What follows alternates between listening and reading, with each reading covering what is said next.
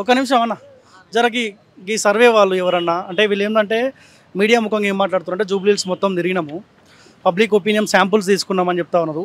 So ఈ 3 survey పేర్లతోటి ఎవరన్నా మీ దగ్గరకు వచ్చి ఏ పార్టీ గెలవబోతా ఉంది, కాంగ్రెస్ పార్టీ పరిపాలన ఎట్లా ఉంది, బీఆర్ఎస్ పార్టీ పరిపాలన ఎవరైనా అడిగినారా? ఎవరు అడగలే అన్న. ఫస్ట్ టైం చూస్తున్నా. మా ఏరియాకి ఎవరు రాలే, నా ఎవరికి ఎవరు అడగలే. ఓకే, వీళ్ళు ముగ్గురు ప్రెస్ మీట్ పెట్టారు సోమాజ్ కూడా ప్రెస్ క్లబ్లో. సో ఏమంటా ఉన్నారంటే కేకే సర్వేనేమో కాంగ్రెస్ పార్టీ కాంగ్రెస్ పార్టీ గెలిచే అవకాశం ఉంటుందని చెప్పి ఈయనెవరు సైదులు సర్వే అనుకుంటా, ఈయననేమో కేకే సర్వే అని చెప్పి బీఆర్ఎస్ పార్టీకి పాజిటివ్ 55 ఇస్తూ ఉన్నాడు. చాణక్య ఆయన 43 45 ఇచ్చినట్టున్నాడు. నా వీరు వీళ్ళు ఎవరన్నా చెప్పడానికి పబ్లిక్ ఒపీనియన్ ఉంటది కదా, మనుషులు ఉంటది. వాళ్ళు నేను బయట చెప్పిపోతా మీకు పోయేటప్పుడు నేను కాంగ్రెస్కి ఓటేస్తున్నా అని, బీజేపీకి ఓటేస్తున్నా అని, ఎంఐఎంకి ఓటేస్తున్నా. ఎగ్జాంపుల్ నా మనసులో ఏముంటే అక్కడ పోయి నేను బటన్ నొక్కుతా. ఎవరి మాట నేను వినను. ఎందుకు వినను అంటే నా మర్జీ, ఇది నా ఓటు ఉంది కదన్నా, డైరెక్ట్ నేనే వేస్తా. వీళ్ళు ఇప్పుడు దాకా ఎవరు రాలే అన్నా. Is it fake survey? I guess fake survey. ఎవరు వీళ్ళు? నేను ఫస్ట్ టైం చూస్తున్నా. ఇప్పుడు నేను ఎందుకు వచ్చా అంటే ఇప్పుడు ఏముంటుందంటే ఇప్పుడు సపోజ్ ఈ 3 సర్వే సంస్థలు ఉన్నాయి. ఇప్పుడు ఈ ముగ్గురు కనుక కాంగ్రెస్ పార్టీ గెలుస్తా అని చెప్పినారు అనుకో, అరే కాంగ్రెస్ పార్టీ గెలుస్తుందంట, గెలిచేటోళ్ళకే ఓటేసి అయిపోతుంది, పబ్లిక్ కూడా ఇట్లా ఆలోచిస్తారు కదా. ఇప్పుడు ఈ సర్వే ఎఫెక్ట్ ఇంపాక్ట్ కూడా పబ్లిక్ మీద పడుతుంది కదా. అరే అన్న అది రాంగ్. ఎవరు సర్వే ఇంపాక్ట్ పబ్లిక్ మీద పడదు. ఎందుకంటే అన్న this is not 1990 and 1995 2000. This is 2025 అన్న. జనరేషన్ చాలా టాప్ లో ఉంది. ఇక్కడ నుంచి డైరెక్ట్ కాల్ చేసి నీకు మాట్లాడుతున్నా. ఒక 15 years బిఫోర్ నేను ఇక్కడ చెప్పిండి ఇక్కడే అయిపోతుంది, అక్కడ పోదు న్యూస్. ఇప్పుడు పబ్లిక్ వేరే అన్న, టోటల్ వేరే. This is survey is wrong. Public heart లో ఎవరు ఉన్నారు వాళ్ళు వేస్తారు. ఓకే అన్న. ఇప్పుడు ఎలక్షన్స్ కి ఒక 1 week టైం మాత్రం ఉన్నది. అన్ని పార్టీలు బాగానే తిరుగుతా ఉన్నాయి. ఎవరి వేవ్ ఎక్కువ కనిపిస్తా ఉంది, ఎవరు బయటపడే అవకాశం ఉంటుంది అన్న అందరు పార్టీ వేవ్ బాగానే ఉన్నాయి. అందరు బాగానే తిరుగుతున్నారు. ఇప్పుడు చూసినా ఇప్పుడు దాకా లైఫ్ లో ఇట్లాంటి ఎలక్షన్ కాలే అన్న. ఇప్పుడు దాకా లైఫ్ లో కాలే. అరే అన్న ఎక్కడెక్కడో ఎమ్మెల్యేస్ వచ్చి మాకి చెప్తున్నారు you going to vote for us, we will do the work అని. ఎందుకు వచ్చి ఇప్పుడు దాకా ఎక్కడ ఉన్నారు? వాళ్ళు అంతా కూర్చొని ఉన్నారు. ఇప్పుడు ఎందుకు వస్తున్నారు మీరు? ఇంత మనసులో ఏమన్నా ఉంటే బిఫోరే రావండి, మీరు బిఫోరే చేయండి అన్న, అయిపోతుంది కదా. ఇప్పుడు చెప్తున్నారు ఓట్ వేయండి, అది చేయండి అన్న. ఫస్ట్ టైం చూస్తున్నా అన్న. There are many MLAs MPs are coming in our area. అరే అన్న సీఎం కాన్వే వచ్చేసింది అన్న మా ఏరియాలో. ఇప్పుడు దాకా అరే వచ్చింది, ఇప్పుడు దాకా చెప్పు, సీఎం కాన్వే వచ్చేసింది. సో ఎలక్షన్ ఎట్లా నడుస్తుంది? టాప్ లెవెల్లో నడుస్తుంది అన్న ఎలక్షన్. అన్న ఎవరైనా ఏమైనా చెప్పని అన్న, పబ్లిక్ ఎవరికి వేయాలంటే ఓట్ వాళ్ళకి పోయేస్తుంది. ఎందుకంటే పబ్లిక్ ఎడ్యుకేట్. అప్పుడుది పబ్లిక్ కాదు, అప్పుడంతే వేరేలాగా ఉంటది. ఇప్పుడు పబ్లిక్ వేరేలాగా అన్న, టోటల్ వేరే. ఓపెన్ గా 10 ఏళ్ళు బీఆర్ఎస్ పార్టీ పరిపాలన మీరు చూస్తారు, అబ్జర్వ్ చేసే ఉంటారు. 2 ఏళ్ళ రేవంత్ రెడ్డి పరిపాలన అంటే పబ్లిక్ ఏమన్నా ఆలోచించాల్సిన అవసరం లేదు ఈ ఉప ఎన్నిక పైన. ఎందుకంటే తెలంగాణ మొత్తం ఇటువైపు అయితే చూస్తూ ఉన్నది. ఇప్పుడు ఒకవేళ కనుక కాంగ్రెస్ పార్టీ ఓడిపోతే కాంగ్రెస్ పార్టీ పని అయిపోయిందని చర్చ జరుగుతుంది. బీఆర్ఎస్ పార్టీ గెలిస్తే మళ్ళీ బీఆర్ఎస్ పార్టీ వస్తున్న చర్చ బలంగా జరిగే అవకాశం ఉంటుంది. సో ఎవరు గెలిస్తే బాగుంటుందని మీరు అనుకుంటా ఉన్నారు? ఎవరైనా కలిసి అన్న ప్రాబ్లం లేదు. కలిపితే ఎక్దమ్ పని రాయల్ గా చేయండి అన్న, రాయల్టీగా పని చేయండి. ఫుల్ డబ్బులు పెట్టుకున్నారు, దోసుకుంటున్నారు, కాంట్రాక్ట్ తీసుకుంటున్నారు. పని పబ్లిక్ కి చేయండి అన్న, అంతే.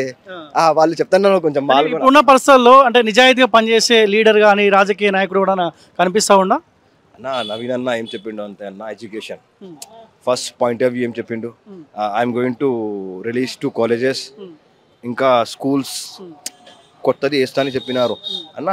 ఒక స్కూల్ వేస్తే అన్న, స్కూల్లో 1st నుంచి 10th దాకా బ్యాచ్ ఉంటుంది. నర్సరీ, ఎల్కేజీ, యూకేజీ, 10th దాకా వచ్చి అబ్బాయి ఎడ్యుకేషన్ వచ్చింది అనుకో, అబ్బాయి ఆలోచిస్తారు ఇంకా డెవలప్ అవుతానికి. అర్థమైంది మీకు? డాక్టర్స్ వస్తారు, ఇంజనీర్స్ వస్తారు. అవి నవీనంద ఒకవేళ స్కూల్స్ వేసిండు, కాలేజ్ వేసిండు అనుకో, there are many poor peoples going to do education అన్న. పోయి చూడండి అన్న, ఇంట్లో ఫీజెస్ చాలా ఎక్కువ అయిపోయినాయి అన్న. దెంగుతున్నారు ఫీజెస్. ఎట్లా దెంగుతున్నారు అంటే అన్న, ఒక నార్మల్ పర్సన్ ఎడ్యుకేషన్ అంటే నార్మల్ స్కూల్లో పోతే గవర్నమెంట్లో అంతా టాప్ లెవెల్లో ఎడ్యుకేషన్ ఉండదు అన్న, ప్రైవేట్లోనే పోతారు. కానీ ప్రైవేట్కి స్కూల్స్కి ఫీజెస్ ఎంత ఉన్నాయన్న? ఈవెన్ వాళ్ళు బుక్స్కి వాళ్ళు 10,000 per annum తీసుకుంటున్నారు అన్న. నార్మల్ మిడిల్ క్లాస్, నేను కూడా మిడిల్ క్లాస్ అన్న. నాకు 2 కూతురు ఉన్నారు, నా కూతుర్లు చదువుతారు. per annum నాకు 1,00,000 రూపాయలు అవుతుంది. నేనంటే పని చేస్తున్నా, ఒక ఆటో వాడు ₹1,00,000 ఎట్లా కడతారు ఎడ్యుకేషన్కి? దిస్ ఈస్ అ పాయింట్ యూనా అన్న. మీరు అగర్ ఇవ్వాలంటే అన్న యూ అగర్ ఏదన్నా పార్టీ వచ్చింది అనుకున్నా ఇక్కడ నుంచి వచ్చి first point of view education మీద అన్న. ఎడ్యుకేషన్ వస్తే మన దగ్గర డాక్టర్స్ వస్తారు, ఇంజనీర్స్ వస్తారు, సైంటిస్ట్ వస్తారు, పొలిటీషియన్స్ వస్తారు, అందరు వస్తారు అన్న. అందరు మనతోనే ఉంటారు, ఎవరు మనకి అవసరం లేదు.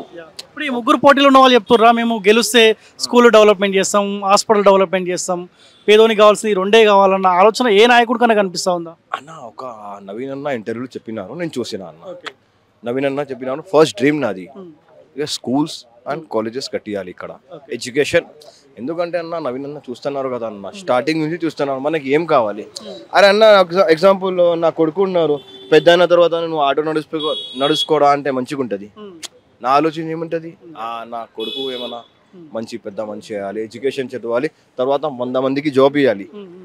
ఎడ్యుకేషన్ వస్తుంది కదా అన్న, నార్మల్ ఎడ్యుకేషన్ రాకపోతే ఎక్కడ వస్తుంది చెప్పు. మంచిగా నవీన్ అన్న అని రెస్పెక్ట్గా మాట్లాడుతారు, వాళ్ళ ఫ్యామిలీ బ్యాక్గ్రౌండ్ మంచోళ్ళు కాదు, రౌడీలు అన్న చర్చ బయట బాగా జరుగుతూ ఉంది కదా, బలంగా జరుగుతూ ఉంది. తెలియదు అన్న నాకు, జస్ట్ నేను ఇంటర్వ్యూస్లో చూసినా క్యాజువల్గా, అదే మీకు చెప్తున్నా. వాళ్ళ ఫ్యామిలీ ఎట్లా ఉంది నేను లోపల పోయి ఎక్కడ చూసినా అన్న. చూస్తే నువ్వు చెప్పొచ్చు కదా అన్న, చూడలే. మీ ఆలోచన ఏంది, ఎవరు గెలిస్తే బాగుంటుంది బెటర్ అంటే 3 సార్లు మాగంటి గోపీనాథ్ ఇక్కడ నుంచి గెలిచినాడు, కాంగ్రెస్ పార్టీ 2 ఏళ్ల పరిపాలన మీరు అబ్జర్వ్ చేస్తారు, 10 ఏళ్ళ బీఆర్ఎస్ పార్టీ పరిపాలన మీరు చూసే ఉన్నారు. సో ఎవరు బయటపడే అవకాశం ఉన్నట్టు మీకు అనిపిస్తా ఉందన్న? అన్నాగా నేను ఆలోచన నాకు చెప్పినా అనుకున్నా, వాళ్ళు గెలవరు చెప్తున్నా. పబ్లిక్ ఎవరికి ఓట్ వేయాలంటే పోయి వాళ్ళకి ఓటేస్తుంది. ఓకే అన్న, నా ఆలోచన మీద సీఎం కూర్చోలే, నా ఆలోచన మీద పిఎం కూర్చోలే. నేను దస్ కామన్ మ్యాన్ అన్న, I'm common man, that's it. Okay, పైసా మీద ఏమైనా డిపెండ్ అయిందా గెలుపు? అంటే ఓటుకి ఎవరు ఎక్కువ పైసలు ఇస్తే వాళ్ళు బయటపడే అవకాశం అట్లేమని ఉంటుంది ఇక్కడ? ఇది పైసల మ్యాటర్లో చాలా దూరం ఉంటాను నేను. నాకు తెలియదు, నేను ఇప్పుడు దాకా తీసుకోలే, నాకు తీసుకోను కూడా, నాకు ఎందుకు అన్న అవసరం. ఇంకోటి మాట పైసల మీద అంటే నువ్వు పాయింట్ ఆఫ్ వ్యూ చెప్పినావు, మస్తు పాయింట్ ఆఫ్ వ్యూ చెప్పినావు అన్న. లాస్ట్ ఎలక్షన్ అయింది కదా అన్న, 10,000 పబ్లిక్కి ఇచ్చినారు, 10,000 పబ్లిక్కి ఇచ్చినారు అన్న. ఎవరికి అవసరం ఉన్నాయి వాళ్ళకి డబ్బులు రాలే అన్న. ఎవరికి వచ్చినాయి డబ్బులు? ఓన్ హౌసెస్ ఉన్నాయి, వాళ్ళ దగ్గర ప్రాపర్టీస్ ఉన్నాయి, వాళ్ళు లైన్ మీద ఉన్నారు అన్న, వాళ్ళు లైన్ మీద ఉన్నారు, వాళ్ళు తీసుకుంటున్నారు డబ్బులు. ఎవరు మనిషికి అవసరం ఉంది అక్కడ దాకా డబ్బులు ఇవ్వట్లే అన్న. బయట చిన్న చిన్న లీడర్స్ తీసుకుంటున్నారు, ఏమైనా చేసుకుంటున్నారు. అర్థమైంది మీకు? Okay, thank you so much.